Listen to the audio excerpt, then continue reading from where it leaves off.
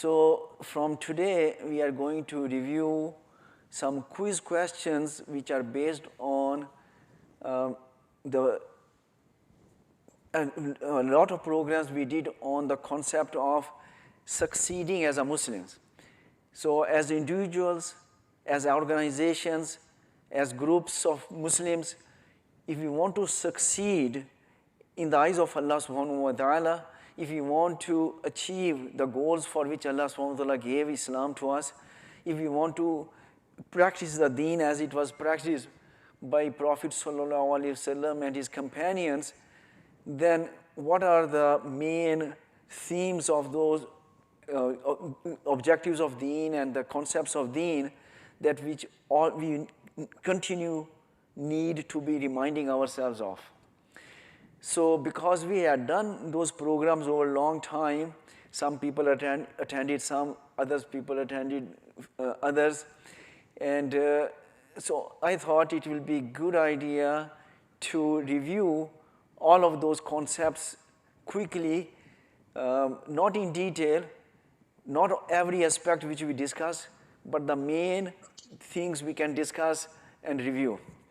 So those of you who had a chance to attempt the first 20 questions in the quiz, inshallah, we'll be reviewing those today. And the initial are very simple concepts, Deen and Ibadah and paradigms, but slowly as we go forward, the picture we used to follow on the basis of Surah Al-Asr and Surah Al-Fatiha, that will start coming together and we'll start seeing a clear picture of how the concept of Deen and the objectives of Deen work together, and if we practice them, then we become successful in the eyes of Allah subhanahu wa ta'ala. So, simple question first, which of the following statements describe Deen correctly?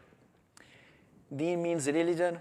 Deen is what you do for hereafter, and dunya is what you do for here. Deen is the way of living in dunya and is not a separate entity. Both cannot be separated from each other at all. Someone's Deen is not what one claims, but the way one practically lives in the world, makes decisions and sets priorities, a composite of beliefs, paradigms, values, principles, and stipulations by which a person or a society makes decisions, sets their priorities, and determines their lifestyle. And the final is, religion is only a part of Deen. So, what do you think is the right answer? C, D, E, F. Second one. Second one, C, D, E, and F. Anybody has a difference of like any different view? Any questions on that? No, I think it's the second one too. C, D, E, and F. Okay, excellent. So if there is, if everybody agrees, we can move forward. The purpose is that if you have a different answer or if you, then we can discuss it. Now, should I read the whole thing or I can just display it and you quickly look at it and tell the answer? What will be better? I think you can display it. Okay, so I'll display it and then we'll just go from there. Okay, currently the most prevalent Deen in the world is which one? Okay. Western Deen. Western Deen. Some people say Western Deen, some people say Islam. So there is Christianity, atheism is very growing, agnosticism is growing. So who are all who say Islam? Okay. Who say Western Deen? Okay. Now, what is the population of Muslims in the world? 1.7 billion. And how many of those 1.7 billion follow Deen of Islam? Very small portion.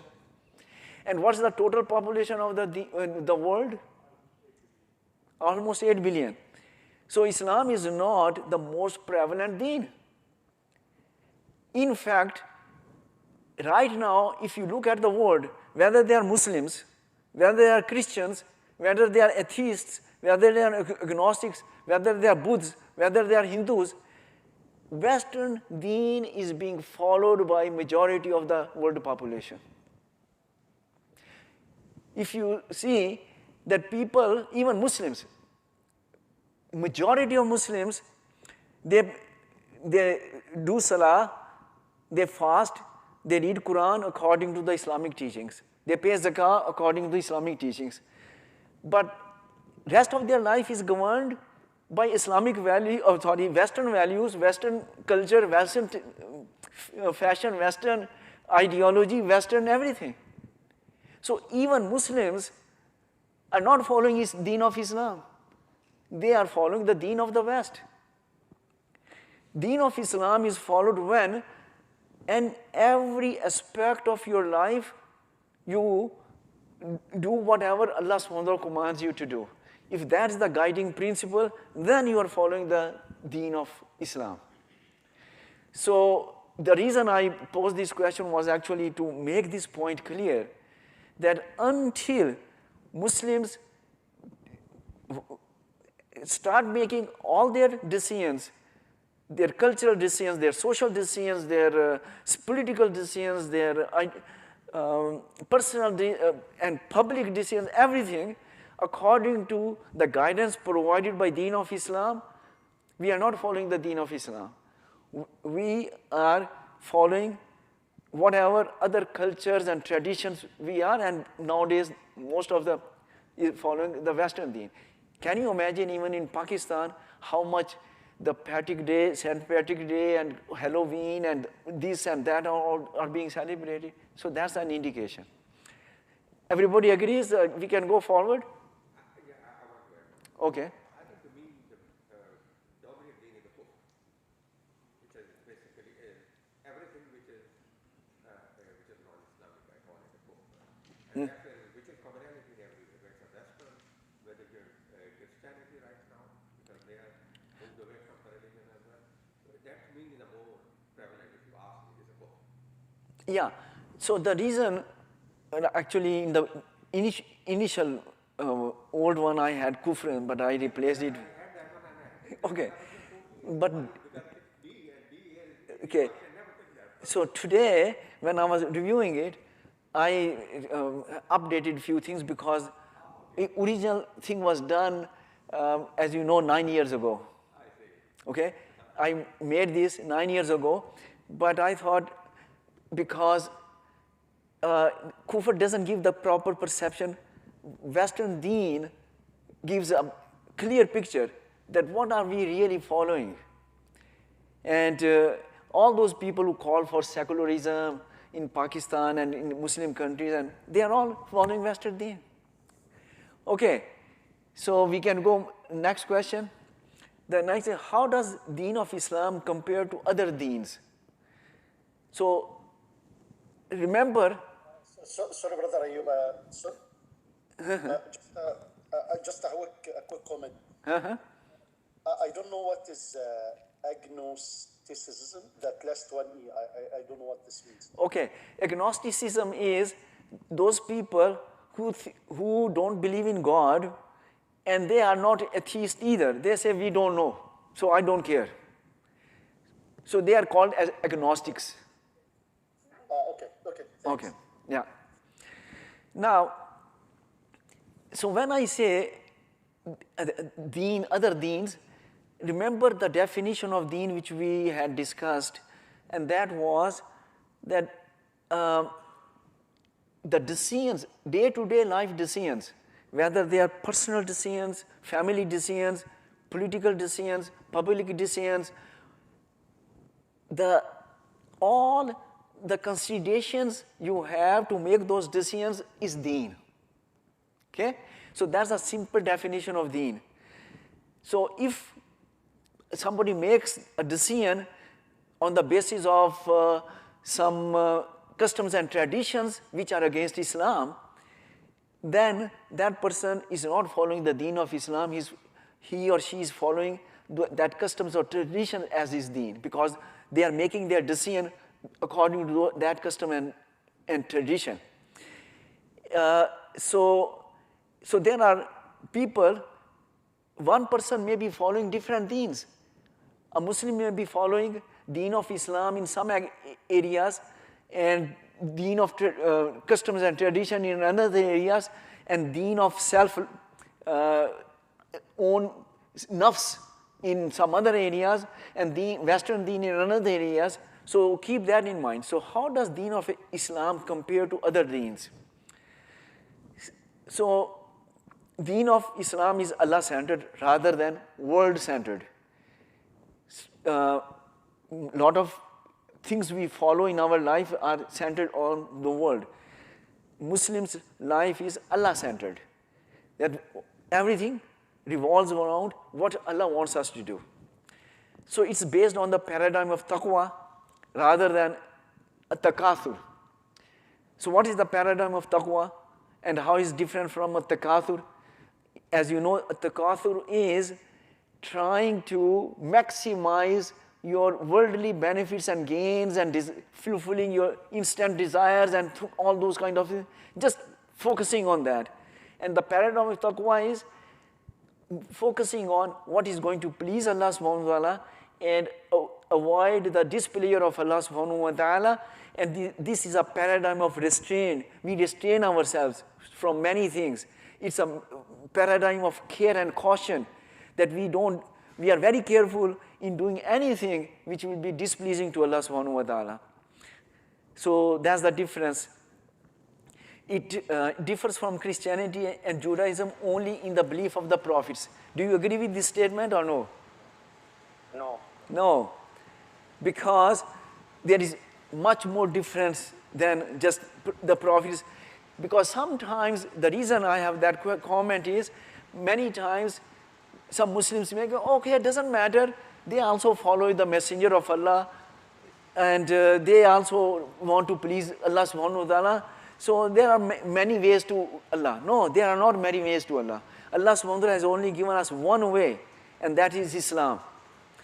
And so it's not only difference of prophets, they have totally different paradigms. And when we go into paradigms, we'll discuss those in more details. Yes? Yes.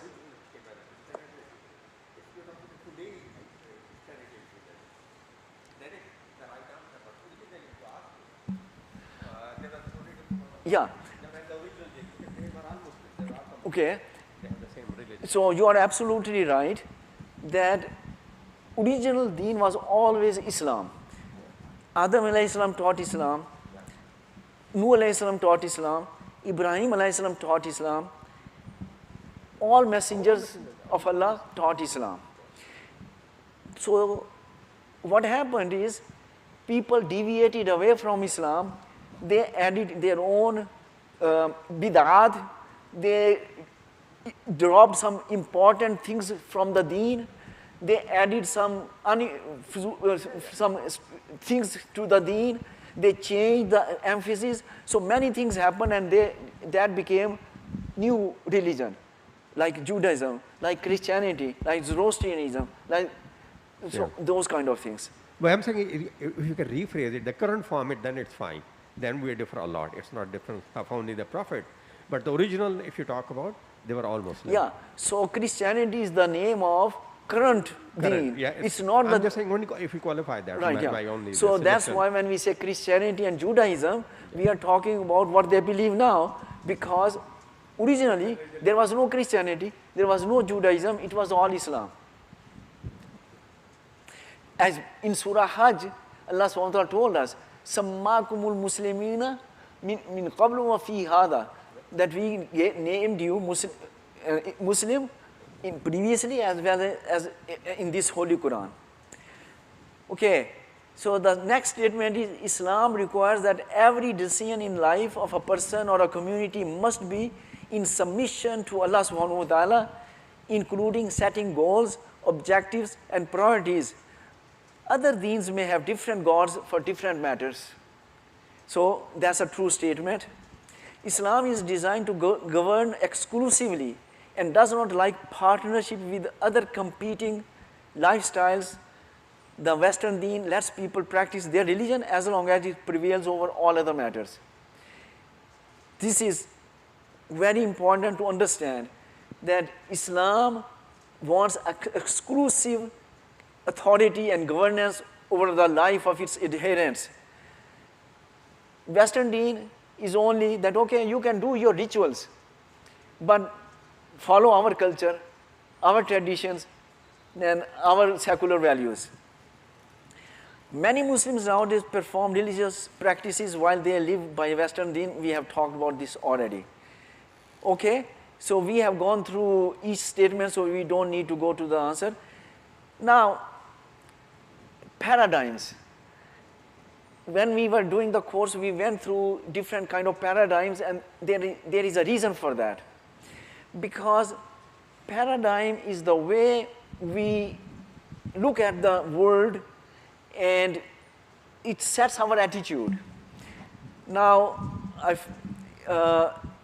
the Muslims have nowadays adopted many different paradigms, leaving Islamic paradigms deviating from them.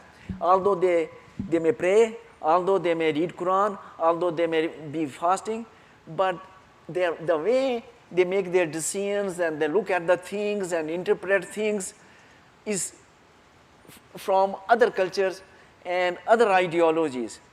So that's why we need to clarify Islamic paradigms. Actually, I have a book which is called Adopting Islamic Paradigms. It's about this thick book. I wrote it about 15 years ago because I felt that Muslims need to shift their paradigms from currently they are making their decisions to Islamic paradigms. So these few questions are about those paradigms. Just first, what is a paradigm? A paradigm is a set of assumptions, concepts, values, and perspectives that constitute the way people perceive reality. That's how they look at the world. That's their mindset.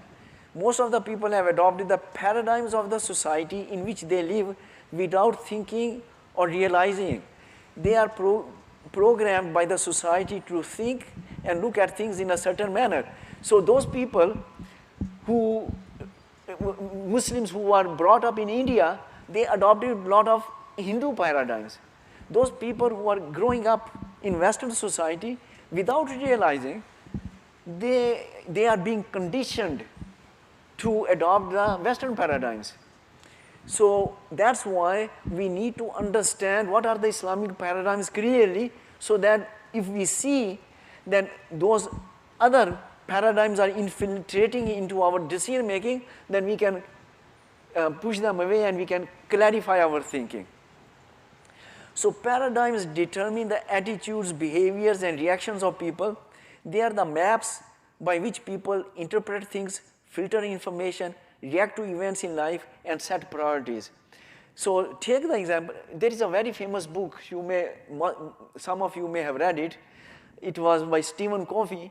It was called 7 Habits for Highly Successful People. He has dealt with this paradigm very clearly, and he gives an example that the paradigm is actually a map according to which you live your life. Just like if you are in Toronto, you need a Toronto map to guide yourself through the streets of Toronto and go around.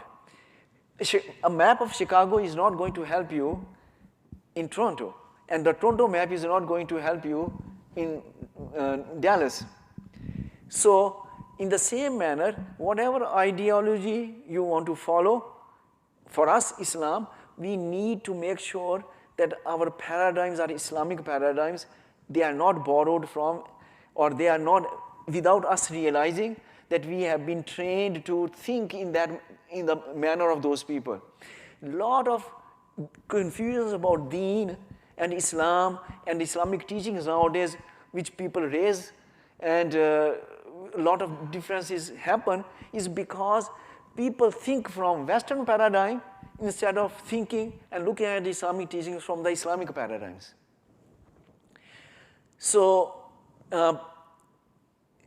use of an inappropriate paradigm leads to a person to draw invalid conclusions, adopt an improper attitude, fall for wrong preferences, make bad choices, and set inappropriate priorities.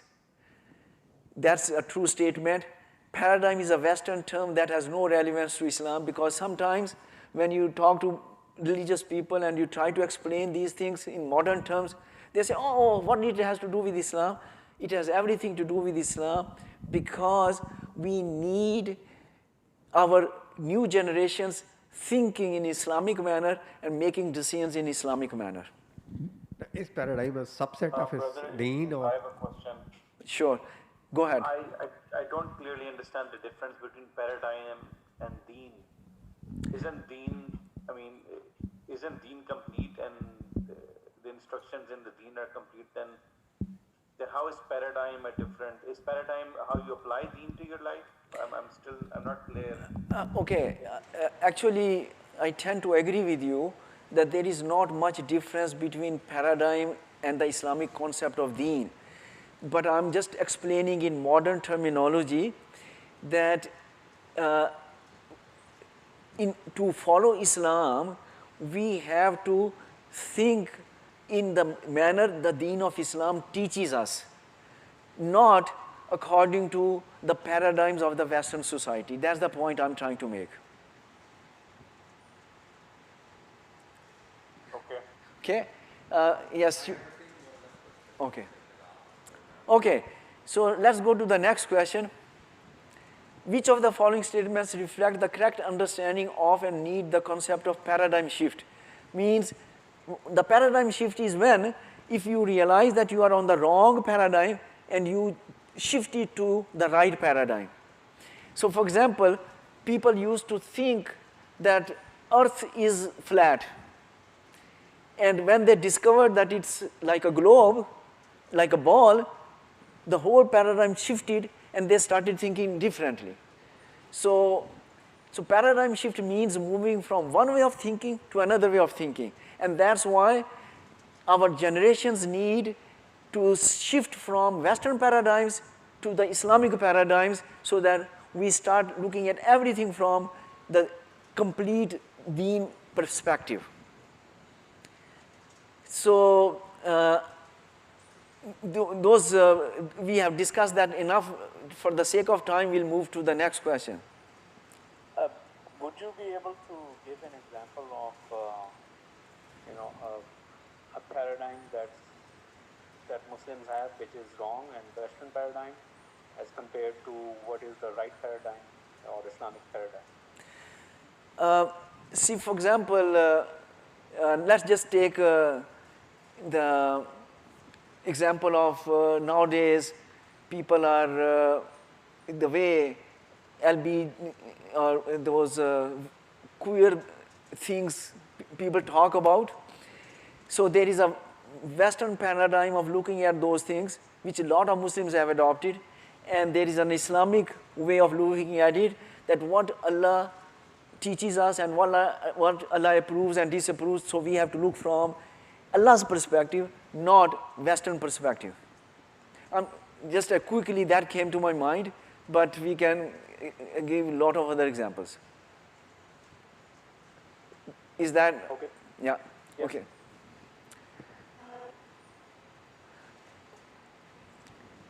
Okay, which of the following statement about the paradigm of Takasur do you agree with? This is another example. Right now, what is the Western paradigm and most people follow in our life is the paradigm of Takasur. We want to maximize our gratification of the maximum desires most quickly, as possible. And that's why all our lives is being governed by our economic and this world realities, and we forget about the demands and the perspectives of Deen. So that's another example. that Takasur paradigm is a Western paradigm. Islamic paradigm is the paradigm of taqwa, which we already discussed. I briefly described what is the paradigm of taqwa and what is the paradigm of Takasur. So this is another example of Brother Wakar, the Western paradigm and the Islamic paradigm. So a Takasur implies that almost all attention is focused on competing to maximize worldly gains and enjoyments. You know, we want to have the biggest house, we want to get the most splendid car, we want to have, oh, somebody bought 56-inch TV, I have to have 75-inch TV. You know, all our competition is going in that kind of direction. That's the paradigm of Takasur. It represents a mindset of outdoing others in abundance of whatever worldly accomplishment someone cherishes. We must make competing for worldly abundance as a goal of life, otherwise we'll continue to be left behind. That is invalid statement. This is not proper. This is the Takasur paradigm. Once again, there is nothing wrong with adopting the paradigm of Takasur as long as the religion is not forgotten. Again, this is a wrong statement because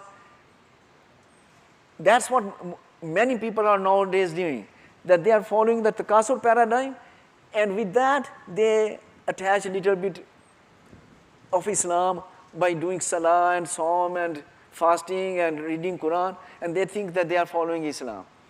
Islam will be followed only when we govern our life by the paradigm of taqwa. Any questions on that? A question on that. Takasur is not only a paradigm of West. This is inbuilt in a human being from day one. We have this greed. This is one of the weaknesses which Allah has created us, right? And even from the day one, Adam and Hawa, they fell into that one because Shaitan told, if you eat from this tree, you are going to live forever. So even they wanted to maximize that thing. So this is inbuilt. This is not Western. Good. It's even before Western society, in the state of, you can go 10,000 years before, it was there. Everybody at that time, right, because he wanted to maximize the material and worldly benefits. Right. Okay. So I'm not saying where the origin is coming from. No, I'm saying it's... Okay. So you are talking about where it's originating from. What I'm saying is currently this is best exhibited in the Western civilization, Western thought, Western culture, the paradigm of Takasur. Yes, all those things which people do, there is always daya in human nature. So we are not talking about human nature here. We are talking about what is the paradigm mostly people are following nowadays and what is the Islamic paradigm. Yeah, I agree with that, but I'm just saying this is the Western paradigm. I have a basically qualification on that one. This is not No. me, not a So the reason I'm saying exclusive it's a Western paradigm. It's there before Western culture. Okay, but didn't all other crimes which are committed in Western culture, were they not in the beginning? They were all. Yeah. What I'm saying is currently the civilization and the ideology which is dominating is Western, and that's based on paradigm of Takasur. So that's all I'm saying. So let's not go to the origin. No, I'm not saying. I'm saying only to limiting to that one. No, there is no limitation. Right now, it's not exclusive, their monopoly. Yeah, right now, the dominant way of thinking is that. And that's what Western culture is all about. And even Muslims are very much influenced by it. Okay? Islamic paradigm of life is based on living in dunya with taqwa, restraint, caution, and sacrifice in order to succeed in akhirah. Seeking maximum enjoyment because time is going fast and you will not have another chance. That is Western paradigm, right? That's not Islamic paradigm. Abandoning the world for the sake of hereafter. That again is not Islamic paradigm. Allah subhanahu wa ta'ala does not want us to abandon the world. Allah subhanahu wa ta'ala wants us to live in dunya according to the principles of Deen.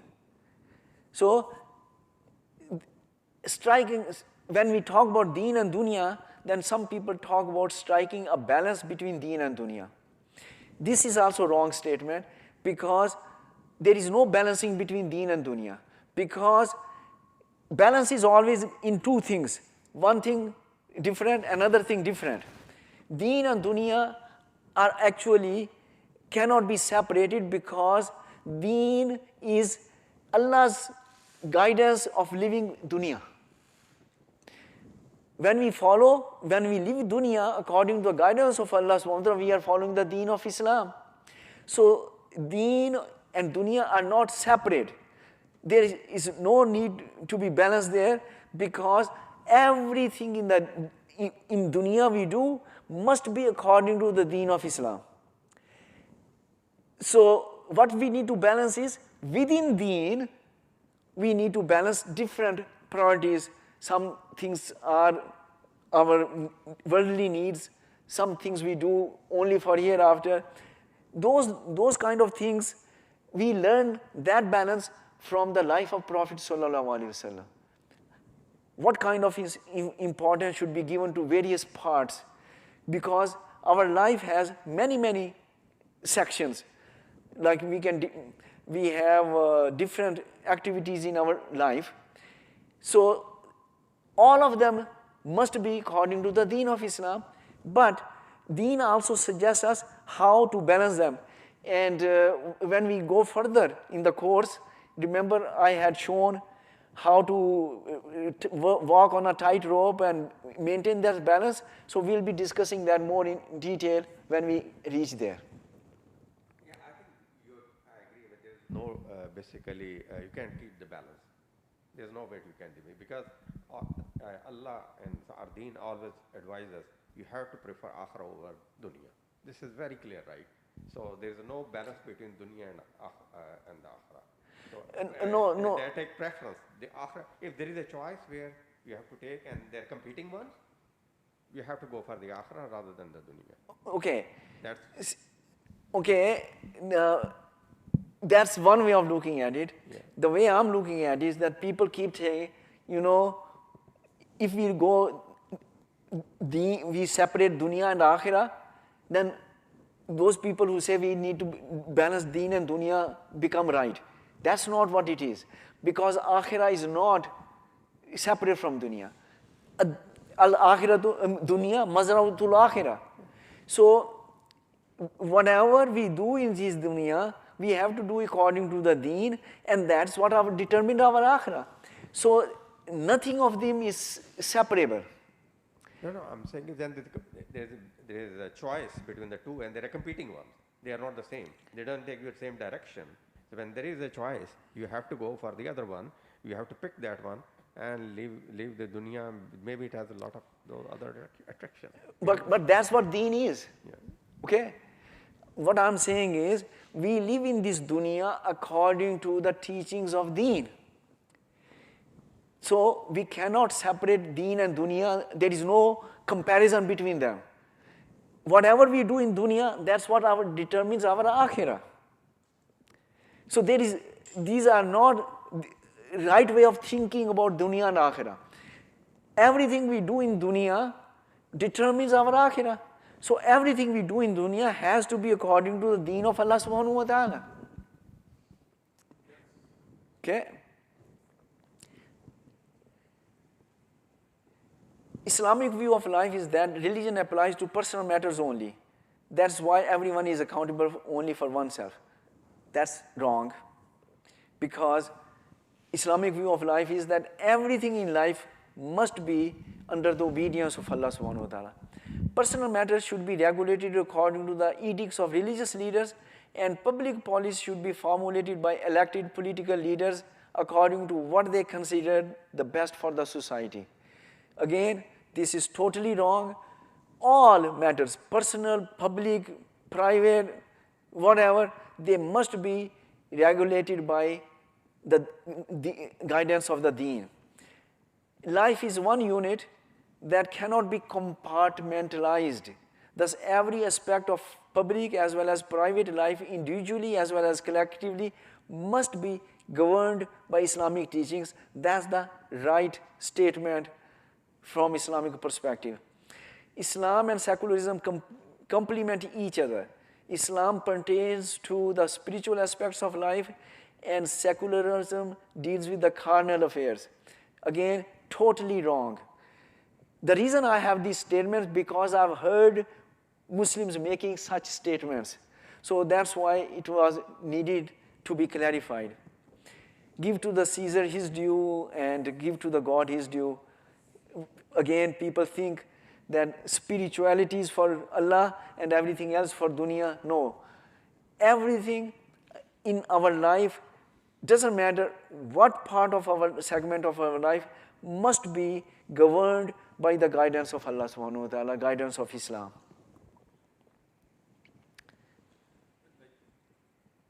Yes? These days, I've heard people saying, I'm very spiritual, but I'm not practicing Deen, but I'm very spiritual. This statement fall in this category?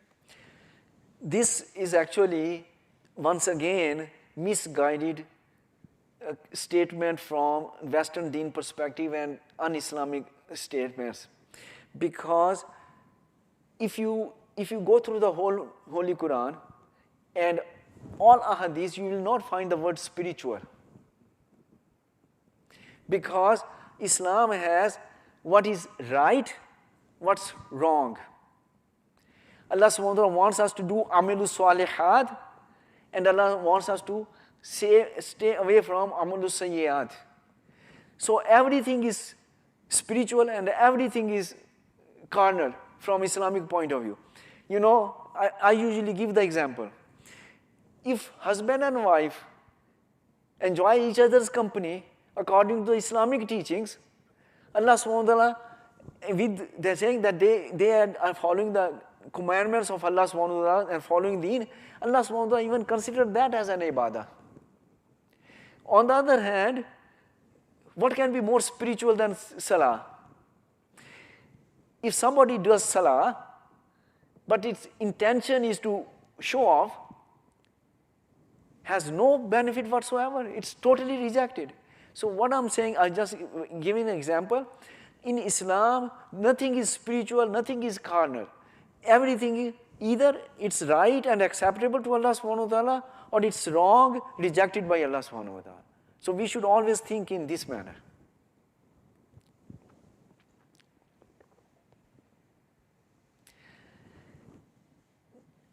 Just some paradigm about the Holy Quran. The Quran is best utilized by the person who learns and follows the right kind of spiritual activities and uncovers the hidden esoteric meaning of Quranic words. Is effective in using the verses as chants, incantations, talismans, taweez and charms. Learns all the details and precise rules, regulations about commands that the Quran gives. Recites with meaning, reflects and learns what is good, what's bad, and performs good actions and avoids bad behavior, aiming to become the best in character and establishing Islamic justice in the world. Recites it daily, although he does not understand what is being said. So which one is best answer for who is utilizing the Quran in the best manner? Of course, D. Does everybody agree? Okay. I think you skipped 9. Did I?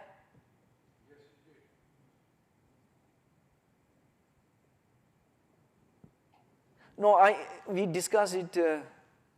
Okay. Okay, yes, I did. But we covered it in answer to Brother Khurram's question. So the point has been covered. Yep. Okay. So now, if that's the situation, then what are the goals and objectives Allah subhanahu wa ta'ala wants us to achieve? So if those people who attended the programs, we had been going in detail about goals and objectives. So from that perspective, the goal of a Muslim's life is to enjoy life and to let others enjoy theirs. Worship Allah please Allah with slave-like obedience in all matters of life, so much that He grants him Jannah and saves him from fire. Have the best standard of living to become economically strong, lead the world in science and technology, attain the most spiritual power or enlightenment, recite the Quran regularly and to comply with pillars of Islam. So what is the right answer? C. Okay.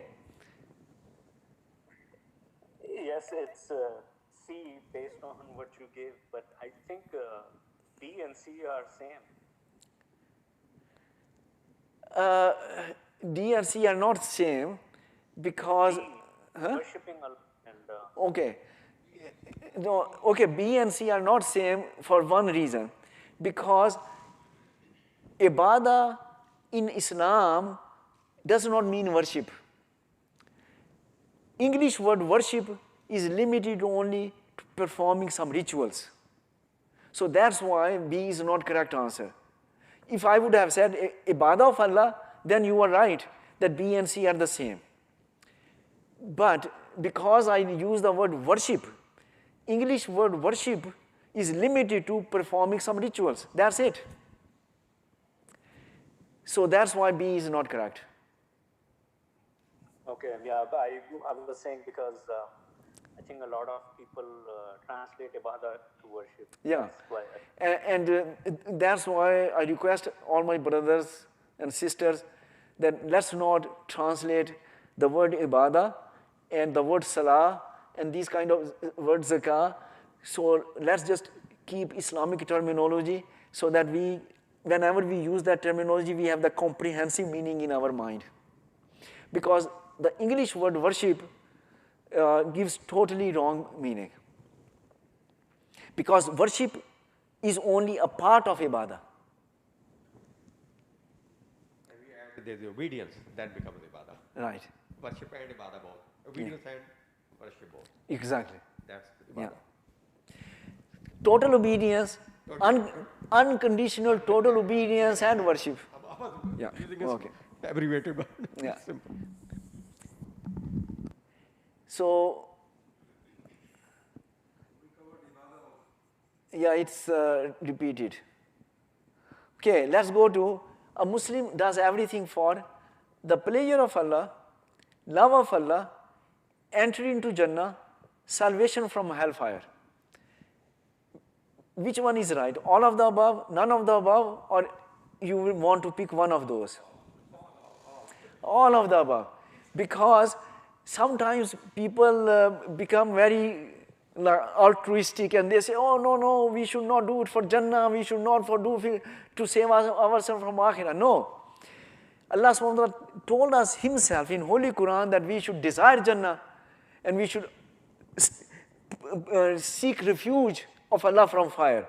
So we do worship Allah subhanahu wa ta'ala, we do obey Allah subhanahu wa ta'ala, we do ibadah of Allah subhanahu wa ta'ala, and we become His slaves for His pleasure, for His love, for entry into Jannah and for salvation from fire, everything, all of them.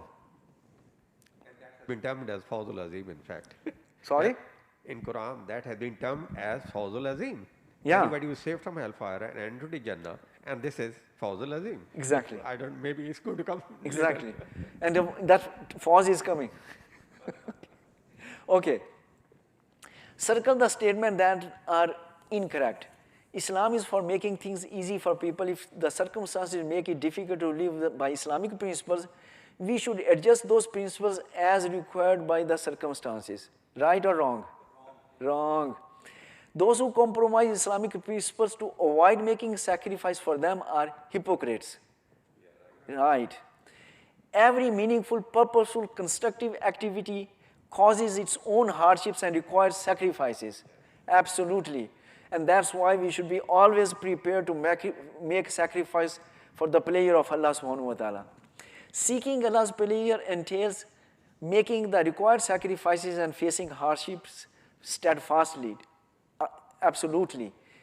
Improvement in circumstances or attainment of goals is impossible without hardship and sacrifices. True. Okay. Now, fawz. Now, because we are talking about goal, the goal of our life is to attain fawz, by submitting to Allah subhanahu wa ta'ala unconditionally, like slaves, in everything we do throughout our life. So what is fawz? Ultimate success, success in attaining pleasure of Allah, being admitted to Jannah, taking far away from fire, and being rewarded for falah. All of the above. Success or falah is attained by someone who is rich, good looking and healthy, is able to partake in many leisurely activities and entertainment, is well liked, famous and popular, has power of kashf and can communicate with souls of saints and prophets, is actively seeking to please Allah subhanahu wa ta'ala by dedicating his life to the Deen of Islam. E. Okay. Assalamu alaikum. Wa alaikum assalam. Between fawz and falah. First we acquire falah, then fawz, or first we acquire fawz, then falah. Brother Jamal, this is coming in two questions later. It's coming. But that's, you see, the last statement. Fawz and falah is 18. The way you apply has been explained, it's basically taqwa. Sorry? The last point, which is in the last one. No, I think it was before that, right?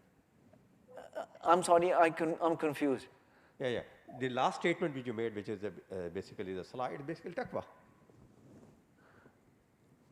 Actually seeking the pleasure or yeah.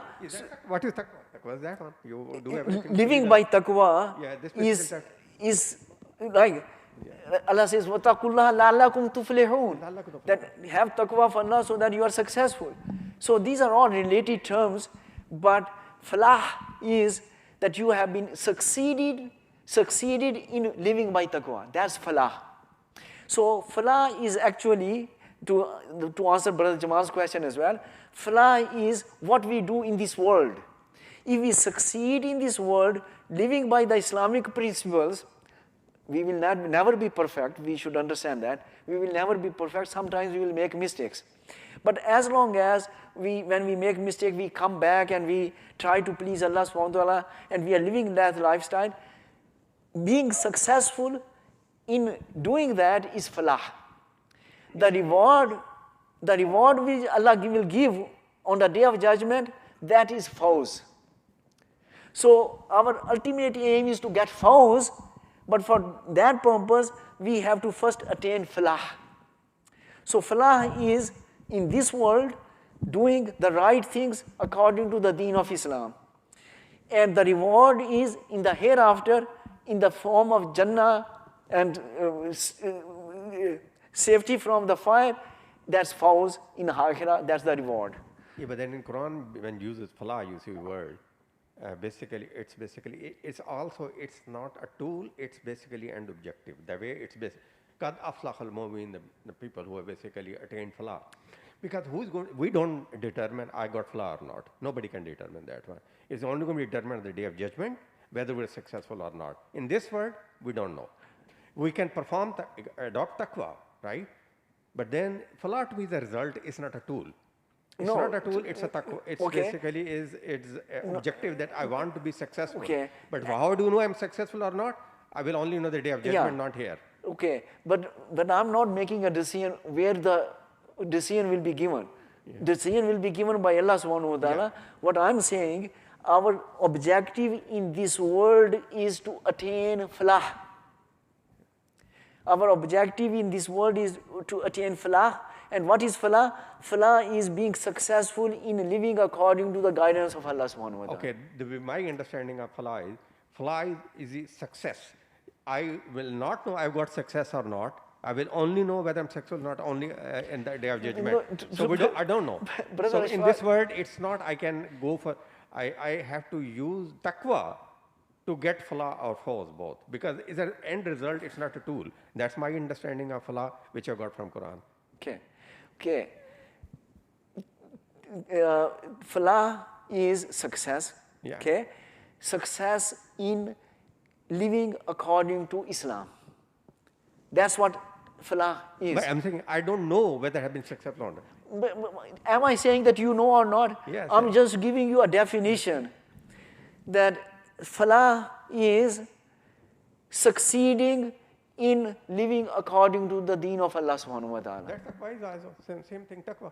Taqwa is the same thing. You do the same thing, which basically is the same. So it's interchangeable. So it's okay. So taqwa is our attitude. We have discussed that and we will be discussing that more in future.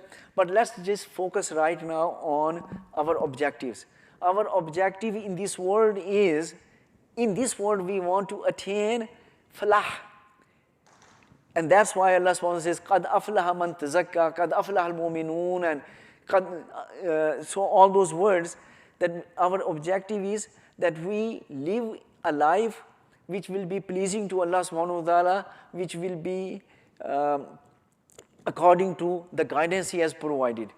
That goal in this world is called falah. If we succeed in that, on the day of judgment, Allah subhanahu wa ta'ala will approve that, okay, you did your job, you attained your falah, now I'm going to give you fawz by taking you away from the fire and entering you into the Jannah. So that's fawz. So this is the difference. So, brother, Yes. it means like falah will lead to fawz, Yes. right? Yes. And what is fawzul azim? Is there another level or Yeah. So it's just okay. So Allah subhanahu wa ta'ala, when it mentions about the bounties of Jannah and how people will be the good people who have been able to attain falah and who have been living according to the taqwa and who have been living successfully according to the pleasure of Allah subhanahu wa ta'ala, when they will be entered into the Jannah, then Allah subhanahu wa ta'ala sometimes calls it fawzul azim, that is the greatest success people can have. Sometimes Allah subhanahu wa ta'ala uses the word fawzul kabir, again it will be the grand success people can have. So that's what fawz is, that Allah subhanahu wa ta'ala uses kabir and azim and mubin as well for that purpose. But that is in the hereafter, Allah will give when He is happy with us.